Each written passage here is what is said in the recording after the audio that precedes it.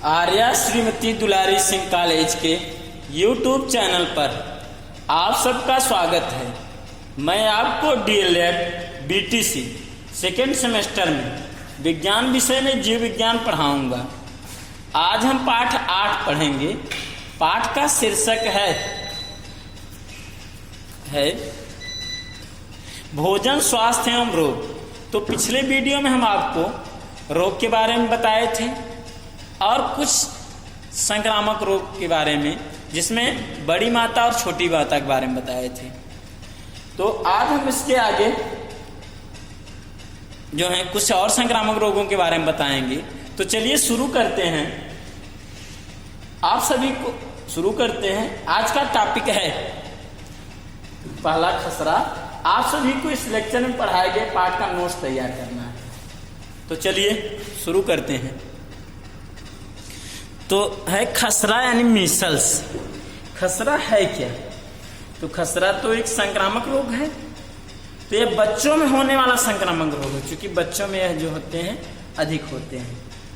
तो 6 से 10 वर्ष की आयु के बच्चे इसमें अधिकांशतः इसके शिकार होते हैं। तो खसरा रोग होता है, जिससे बच्चे क्या होते हैं कि गंदे जल में स्नान वगैरह करते हैं और ये मिट्टी वगैरह में ज़्यादातर रहते हैं। तो गंदगी के कारण यह रोग होता है। तो उनमें क्या होता है कि दाने निकल आते हैं छोटे छोटे और खुजली होती है खसरे में। तो बच्चों में होने वाला संक्रामक रोग है। तो 6 से 10 वर्ष की आयु के बच्चे ज़्यादातर इसमें क्या होते हैं, इसके शिकार होते हैं। अब बात करते हैं रोगजनक कारक की, यानी इसके जो रोगजनक सूक्ष्म जीव होते हैं कौन से होते हैं, यानी किस रोगजनक के कारण यह रोग होता है। तो यह चूंकि यह भी वायरस से संक्रमित रोग है, तो इसमें जो रोगजनक वायरस होते हैं उसको मीसल्स वायरस कहते हैं। तो वह जो मीसल्स वायरस होता है उसका नाम रूबीओला। तो रूबीओला वायरस द्वारा जो होते हैं खसरा रोग उत्पन्न होते हैं। अब रोग का प्रसार कैसे होता है, यानी एक व्यक्ति से दूसरे व्यक्ति में रोग फैलते कैसे हैं।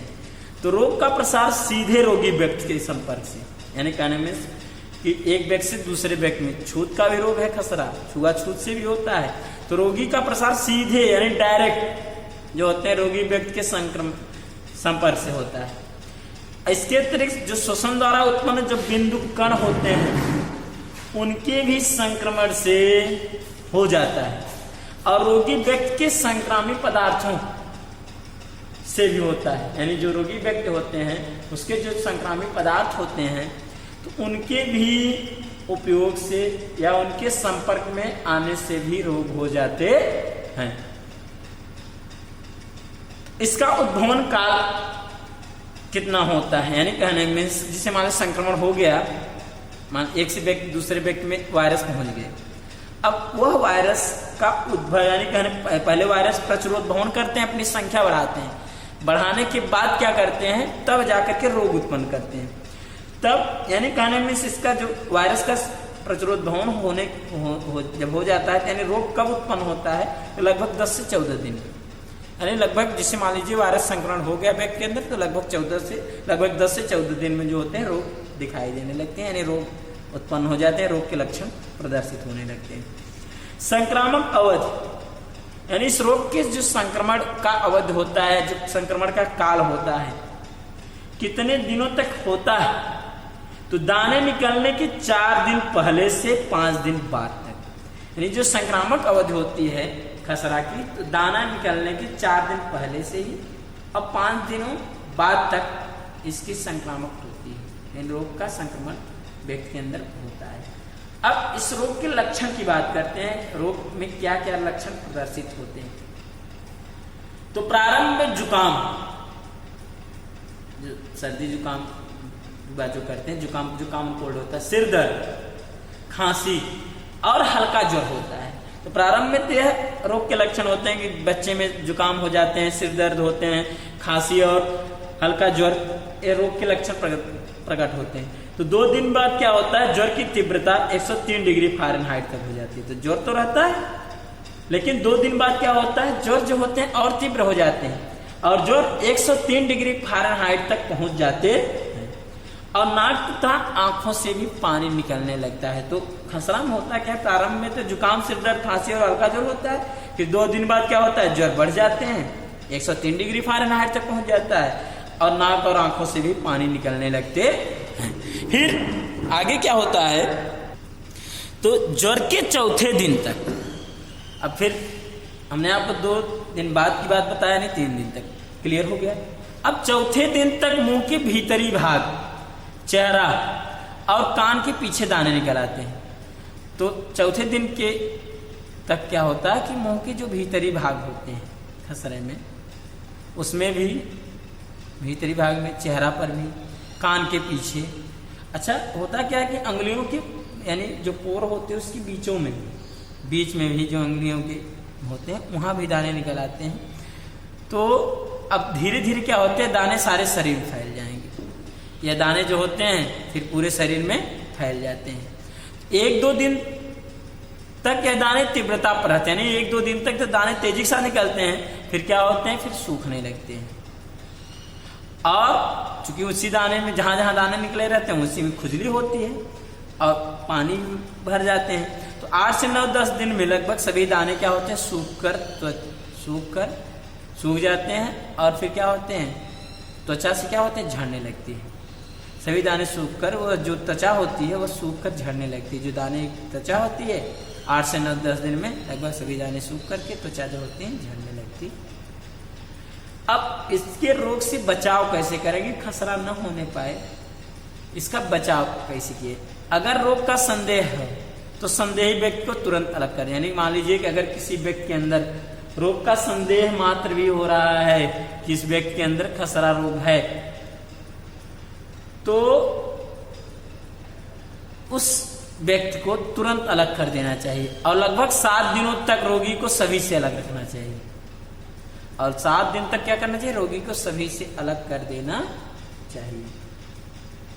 तो चूंकि हमने बताया कि उद्भवन काल जो होते हैं 10 से 14 दिन होते हैं, तो 7 दिन तक अलग किए रहेंगे। अगर चूंकि इसमें होता क्या, संदेह हुआ 2-3 दिन में हुआ तो लगभग वही बात क्लियर हुई कि 10 दिन से 14 दिन में इनका उद्भवन काल उस समय प्रकट हो जाएगा।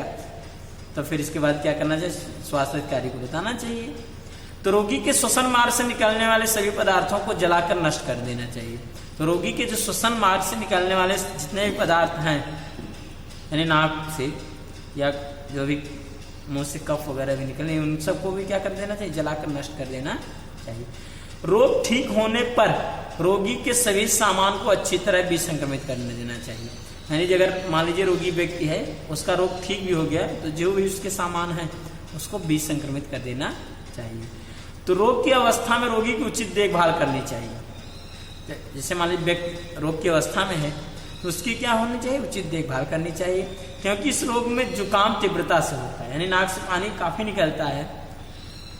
उचित उपचार न करने से निमोनिया भी हो जाता है और ब्रोंकाइटिस यानी श्वसनी रोध हो जाता है, जिसमें जो होते हैं सांस लेने में प्रॉब्लम होती है। तो यह सब रोग निमोनिया भी हो जाता है, यानी खतरनाक स्टेज पकड़ सकता है। इसलिए क्या करना चाहिए, उचित उपचार जो होते हैं खसरा का भी करवा देना चाहिए। अब बात करते हैं जुकाम की, कॉमन कोल्ड की। तो जुकाम तो जो होते हैं अधिकतर तो सर्दियों के मौसम में होता है। तो जुकाम क्या है, यह भी छूत की बीमारी है। तो जुकाम साधारण सी किंतु छूत की ही बीमारी है। तो जुकाम जो होते हैं साधारण बीमारी होता है, तो लगभग 1 हफ्ते तक जुकाम रोग होता है व्यक्ति के अंदर। तो इसमें होता क्या है जुकाम में कि इसमें नाक, गला और श्वसन नलिकाएं प्रभावित हो जाती हैं, यानी नाक से पानी निकलने लगता है, गला भी रुंध जाते हैं और सांस लेने में भी समस्याएं उत्पन्न होती है। तो यह सब जो होते हैं जुकाम में प्रदर्शित होता है। रोगजनक कारक यानी रोग उत्पन्न करने वाले जो जीव होते हैं कौन से होते हैं, तो इसमें क्या होता है कि जुकाम में विभिन्न वर्ग के वायरस जो होते हैं इसमें होते हैं। तो विभिन्न वर्ग के जो वायरस होते हैं उनके कारण जो होते हैं यह रोग होता है, जैसे राइनो वायरस, कोरोना वायरस, इन सब के कारण जो होते हैं व्यक्ति के अंदर जो होते हैं जुकाम रोग होते हैं। अब रोग का प्रसार कैसे होता है एक से दूसरे व्यक्ति में, इस श्वसन द्वारा होता है।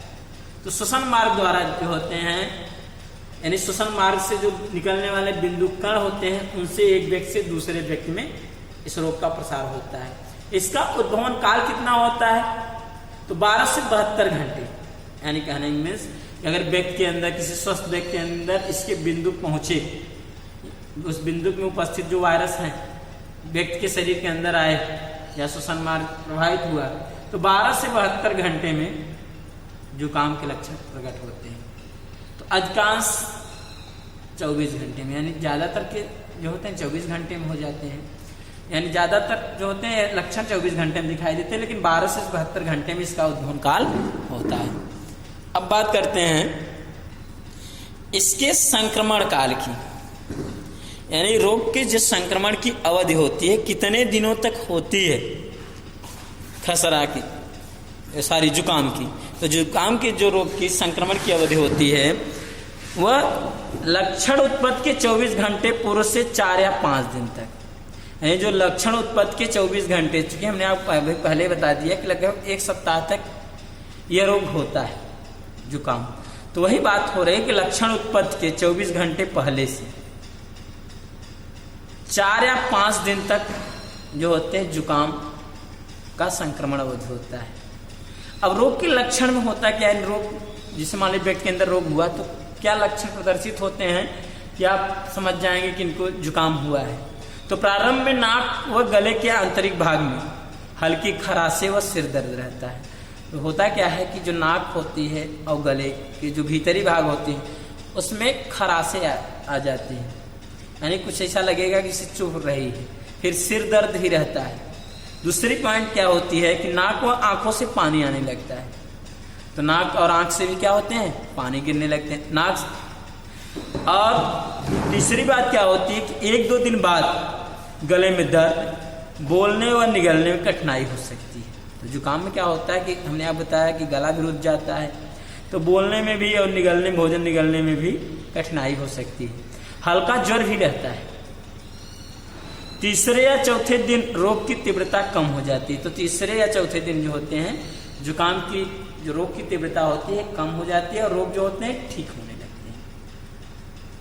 तो फिर इसके बाद जो होते हैं रोग जो होते हैं स्वतः अपने आप क्या होते हैं, ठीक होने लगते।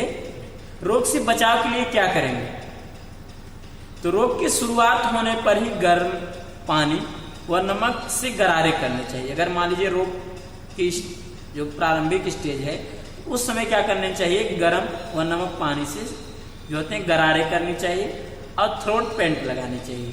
तो जब थ्रोट पेंट लगा देंगे तो इससे भी क्या होते हैं कि जो है गले की सफाई हो जाती है, यानी कहने में इसकी गले में जो कफ वगैरह होते हैं वो सब बाहर निकल आते हैं। दूसरी बात, गर्म जल व गर्म पदार्थों का प्रयोग करना चाहिए, यानी इसमें जुकाम में क्या करना चाहिए कि गर्म जल व गर्म पदार्थों का उपयोग करना चाहिए, यानी ठंडे पेयजल उपयोग करना चाहिए और ठंडे जो है भोजन का इस्तेमाल करना चाहिए।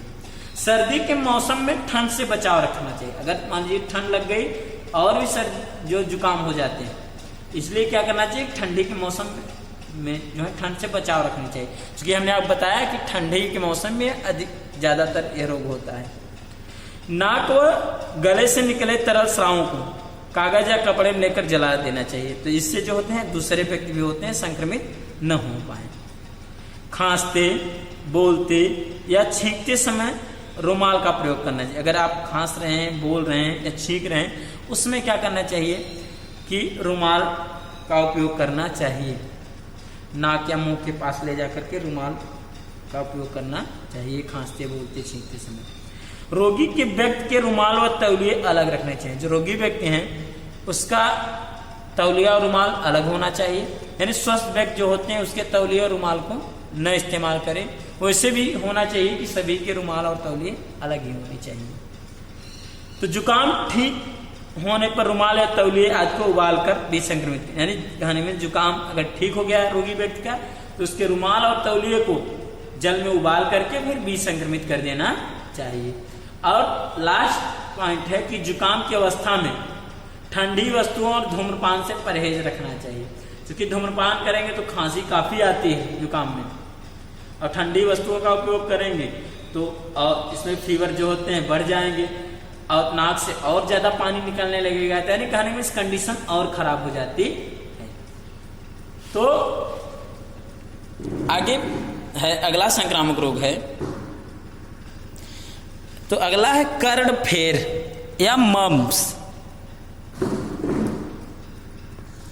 तो मम्स है, यहाँ पर मम्स की स्पेलिंग थोड़ा गड़बड़ है, MUMPS मम्स। तो अगला कर्णफेर यानी मम्स।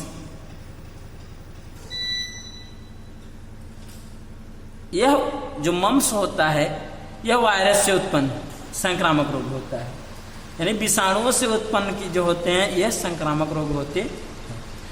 अधिकांशतया 5 से 15 वर्ष की आयु में होता है जो कर्णफेर होते हैं। तो इसमें होता क्या है कि यह रोग जो है 5 से 15 वर्ष की आयु में अधिकतर होता है, यानी 5 से 15 वर्ष की आयु के जो बालक होते हैं उनमें ज़्यादातर होता है। एक बार रोग होने पर इस रोग के प्रति शरीर में रोग निरोध क्षमता होती है, यानी अगर कहने में से यह कर्णफेर रोग अगर एक बार जो है व्यक्ति के अंदर हो गया तो उसके अंदर जो होते हैं रोग से लड़ने की क्षमता उत्पन्न हो जाती है। यानी कहने में कि इस रोग के जो वायरस होते हैं अगर व्यक्ति शरीर के अंदर गए तो जाकर के तो एंटीजन उत्पन्न करते हैं, विषैला पदार्थ उत्पन्न करते हैं। तो शरीर के अंदर की जो कोशिकाएं होती है उस कोशिकाओं से क्या होता है, उस एंटीजन के प्रति जो होते हैं शरीर के अंदर एंटीबॉडीज बन जाते हैं। अब वह एंटीबॉडीज क्या करते हैं, उस रोग से लड़ने की क्षमता प्रदान करते हैं। यानी एक बार अगर रोग हो गया व्यक्ति के अंदर, फिर इसके बाद रोग के प्रति जो होते हैं शरीर रोग निरोध क्षमता उत्पन्न हो जाती है, यानी रोग से लड़ने की क्षमता व्यक्ति के अंदर हो जाती है। फिर रोग में कान के पीछे की एक या दोनों कर्णपूर्व ग्रंथियां, यानी जो कर्णमूल ग्रंथियां होती हैं वो सूज जाती है, यानी जो कान के पीछे की एक या दोनों कर्णपूर्व ग्रंथियां। चूंकि होता क्या है कि लार ग्रंथियां 3 प्रकार की होती हैं। एक तो कर्ण पैरोटिड ग्लैंड्स होती हैं, एक सबमैंडिबुलर यानी कहने में अधोहन, और एक सबलिंगुअल यानी अधोजिह्वा। तो जिसमें पैरोटिड ग्लैंड्स होती है वह सबसे बड़ी ग्रंथि होती है, जिसको कर्णमूल ग्रंथ कहते हैं, कर्णपूर्व ग्रंथ कहते हैं। तो कान के पीछे होती है, कान के नीचे की ओर यहाँ पर स्थित होती है। पीछे की ओर क्या होती है, कर्णपूर्व ग्रंथि कहिए, चाहे कर्णमूल ग्रंथ कहिए, या इसको इंग्लिश में पैरोटिड ग्लैंड्स कहते हैं। यह सूज जाती है। तो जब सूज जाएगी किसके कारण सूज जाती है, वायरस के कारण। जो रूबेला वायरस होता है उसी के संक्रमण से यह रोग होता है। तो यह भी क्या होता है, संक्रामक रोग होता है, जो कि रोगी व्यक्ति से स्वस्थ व्यक्तियों में इसका भी संक्रमण होता है। एक बार अगर रोग हो गया तो व्यक्ति के अंदर रोग प्रतिरोधी क्षमता उत्पन्न हो जाती। अब रोगजनक कारक की बात करते हैं, यानी इस रोग के रोगजनक कारक कौन से, यानी कौन से जीव होते हैं जिसके कारण रोग होता है। रूबेला वायरस, रूबेला वायरस के कारण, यानी रूबेला वायरस ही क्या करता है, विषैला पदार्थ उत्पन्न करता है जिससे रोग उत्पन्न होता है। तो रोग जनक कारक इसके रूबेला वायरस होते हैं, यानी वायरस द्वारा हो रहा है। कौन सा वायरस, रूबेला वायरस। अब रोग का प्रसार, यानी एक व्यक्ति से दूसरे व्यक्ति में रोग का प्रसार किसके द्वारा होता है, तो इसका भी प्रसार श्वसन मार्ग से, रोगी के संपर्क से, यानी श्वसन मार्ग से जो निकलने वाले बिंदु होते हैं उनसे, या रोगी के संपर्क से, और रोगी के संक्रामी पदार्थों से, यानी रोगी के डायरेक्ट संपर्क से भी होता है, या रोगी के जो भी वस्त्र हैं, कपड़े हैं, और मान लीजिए बर्तन हैं, जो भी वस्त्र रोगी के सामान उनका उपयोग करने से भी संक्रमण हो जाता है। उद्भवन काल की बात करते हैं, यानी मान लीजिए वायरस का संक्रमण हुआ तो कितने दिन में रोग के लक्षण प्रदर्शित होते हैं, 2 से 3 सप्ताह। इसका उद्भवन काल जो होते हैं 2 से 3 सप्ताह होता है, यानी वायरस शरीर के अंदर आए तो अपना प्रतिरोध बंद करते हैं। इसके बाद तब लोग जब अत्यधिक मात्रा में हो जाते हैं तो अत्यधिक मात्रा में होकर विष पदार्थ उत्पन्न जब होता है शरीर के अंदर तो इस रोग के लक्षण प्रदर्शित होते हैं। तो प्रदर्शित होने में 2 से 3 सप्ताह लग जाते हैं। संक्रमण काल की बात करते हैं, यानी रोग कितने समय तक यह व्यक्ति के शरीर के अंदर रहता है, इस संक्रमण की अवधि जो होती है। तो लक्षण उत्पत्ति के 6 दिन पहले से 13 दिन बाद, जब तक कि कर्णपूर्व ग्रंथ की सूजन नहीं मिट जाती, यानी जिससे मान लीजिए इस रोग के लक्षण उत्पन्न हो रहे हैं तो लक्षण उत्पन्न के 6 दिन पहले से और 13 दिन बाद, जब तक कि कर्णपूर्व ग्रंथ यानी पैरोटिड ग्लैंड की सूजन मिट नहीं जाती तब तक इसके संक्रमण की अवधि रहती है। अब इस रोग के लक्षण की बात करें कि रोग में क्या लक्षण प्रदर्शित होते हैं। तो प्रारंभ में कर्णपूर्व ग्रंथ में दर्द, और सूजन आ जाती है। तो स्टार्टिंग में क्या होता है कि जो कर्णपुर ग्रंथि होती है उसमें दर्द होता है, सूजन भी आ जाती है, तो जिससे मुंह खोलने में भी कठिनाई होती है। जब कानों, चूंकि कान का संपर्क जो होते हैं मुंह से होता है, और आँख का भी संपर्क अगर आप करें तो उसका भी, कान, नाक का, सबका जो होते हैं संपर्क जो होते हैं, आँख, कान, नाक, मुंह, तो ये सब जो होते हैं संपर्क सब एक दूसरे से अटैच रहते हैं। तो अगर मान लीजिए कर्णपुर ग्रंथि में दर्द और सूजन होता है तो मुंह भी खोलने में क्या होती है, कठिनाई होती है, यानी भोजन निकलने में भी कठिनाई प्रारंभ कर देती है। यह संक्रमण तीव्र होता है, यानी कहने में रोग का संक्रमण ज्यादा होता है, तो ग्रंथि के सूजन के साथ साथ 3 से 5 दिन तक ज्वर 101 डिग्री फ़ारेनहाइट से 102 डिग्री फ़ारेनहाइट तक बना रहता है। जैसे मान लीजिए संक्रमण क्या हो गया, तीव्र हो गया, रोग बढ़ गई, तो होता क्या है कि अब रोग बढ़ गई तो उसमें चूंकि इस रोग में हमने आप बताया कि पैरोटिड ग्लैंड जो होती है उसमें सूजन आ जाती है, तो सूजन के साथ साथ रोग भी बढ़ा रहता है। तो 3 से 5 दिन तक क्या होता है, इसमें भी ज्वर आ जाता है, और ज्वर 101 डिग्री फ़ारेनहाइट से 102 डिग्री फ़ारेनहाइट तक बना रहता है। फिर इसके साथ क्या होता है, ज्वर के साथ सिर दर्द, बेचैनी, भूख में कमी आदि की शिकायत हो जाती है। यानी ज्वर के साथ साथ सिर दर्द भी होता है, बेचैनी भी होती है, और भूख में कमी भी आ जाती। फिर 7 से 24 दिनों में धीरे धीरे सूजन कम हो जाती है, यानी कहने में 1 सप्ताह से लेकर के और 3 सप्ताह से थोड़ा ज़्यादा दिनों में क्या होता है कि धीरे धीरे सूजन कम हो जाती है, और 20 से 21 दिन में रोग ठीक हो जाता है। सूजन कम हो गई, फिर इसके बाद क्या होता है कि 20 से 21 दिन में जो होते हैं रोग जो है ठीक भी हो जाती। अब रोग से बचाव की बात करते हैं कि यानी कर्णफेर रोग से आप किस प्रकार से बचाव कर सकते हैं। तो संक्रामक रोग है, तो संक्रामक रोग में तो पहली पॉइंट तो यह होनी चाहिए कि जो भी रोगी व्यक्ति हैं उनके संपर्क से तो बचना चाहिए, जो भी संक्रामक रोग है। दूसरी बात यह है कि जो रोगी व्यक्ति है उसको अलग कमरे में रखना चाहिए, आपको पहले ही क्लियर कर दिया गया। रोगी के जो तीसरी बात हमने आपको बताया, जितने भी पॉइंट्स आपको मिली, कि रोगी के जो वस्त्र हैं या बर्तन हैं, इन सब का जो होते हैं विसंक्रमित करके ही प्रयोग में लाना चाहिए। तो कुछ पॉइंट्स तो जो लगभग आपको हर रोग में मिल जा रहे हैं।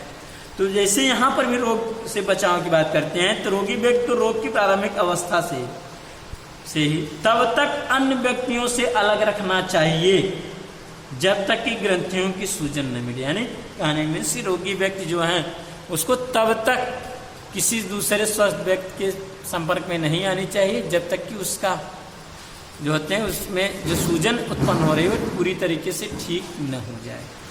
अब अगला पॉइंट है, तो अगला पॉइंट है रोगी के नाक मुंह से निकले पदार्थों को कागज, रुमाल या रुई में लेकर जला देने चाहिए, क्योंकि उसके नाक या मुंह से जो निकले हुए पदार्थ होते हैं, जो बिंदु कण होते हैं, उसमें जो है मम्प्स के वायरस रहते हैं, यानी कर्णफेर के वायरस रहते हैं, जो कि रूबेला वायरस हैं। अब इनको क्या करना चाहिए, जो भी मान चुके रुमाल या रुई में लेकर के क्या कर देना चाहिए, जो भी नाक या मुंह से निकले पदार्थ होते हैं जला देनी चाहिए। तीसरी पॉइंट, बोलते समय मुंह पर रुमाल रखना चाहिए। अगर आप बोलते समय चूंकि रोगी को क्या करना चाहिए, मुंह पर रुमाल भी रख देना चाहिए। चौथी पॉइंट, रोग ठीक होने के बाद रोगी की सभी वस्तुओं, बर्तनों को अच्छी तरह विसंक्रमित कर देना चाहिए। तो इस प्रकार से आप रोग की बचाव कर सकते हैं। तो इस प्रकार से हम आपको आज खसरा, जुकाम और कर्णफेर के बारे में बताएं। आशा करते हैं आपको आज का हमारा वीडियो अच्छे से जो है समझ में आ गया होगा, यानी आज का जो भी ये मैटर था वो अच्छे से समझ में आ गया होगा और आप अच्छे से तैयार भी कर लेंगे। तो अगले वीडियो में हम आपको कुकर, खांसी के बारे में और कंठ रोहड़ी के बारे में, डिप्थीरिया रोग के बारे में बताएंगे। तब तक के लिए धन्यवाद।